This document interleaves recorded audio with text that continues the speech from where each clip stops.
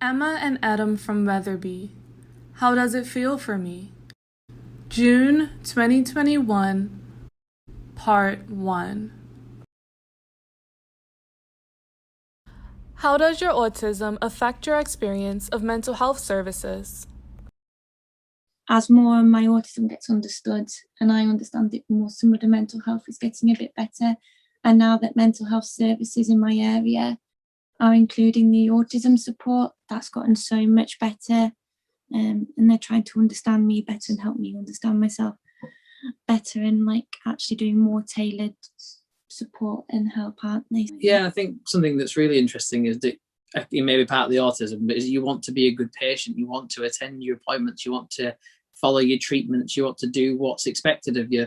But when you do those things, quite a lot of services say, well, you're following your treatment, you're attending the appointments, so there mustn't be that much wrong with you, because people who aren't well won't attend their appointments. It's a bit to putting something else onto somebody else, and that can impact you because that stresses you out more, and navigating the system becomes more difficult.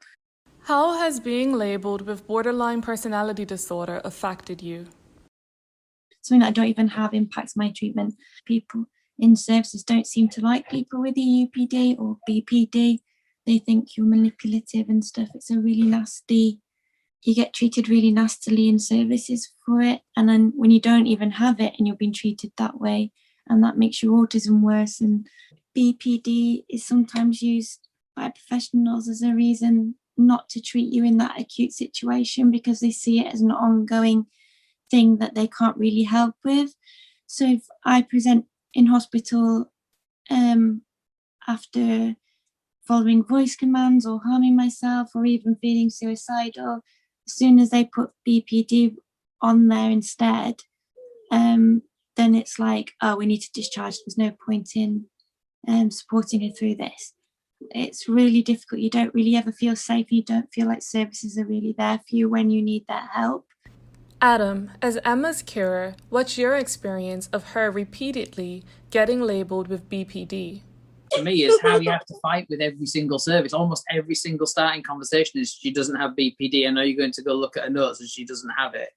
I just don't feel, I very rarely feel listened to. Neither of us feel listened to. Neither of us feel listened to be fair, yes. Really This highlights, I think, for me more broadly, is a systemic issue with mental health services, in that whatever's written by a professional in your notes is gospel, regardless of what the patient says. You can't challenge it. If Emma has been written as being manipulative 17 years ago, that's what people see when they look at her notes, and that's what everyone goes by. Do you receive any support as a carer? I don't receive any carer support. I don't think I've ever been offered carer support. I've seen it on a ward once. There was a post like, if you're a carer, and I'd asked about it. It says, oh, well, you're not from this area, so you can't access it. Because my CMHT recognised Adam as my carer, when I go into hospital, he should be recognised as my carer. He's in the best position to help them understand what me looking well looks like and what me not looking well looks like. A lot of people who are people's partners or parents are carers, and they just don't realise it sometimes because it's not an official title.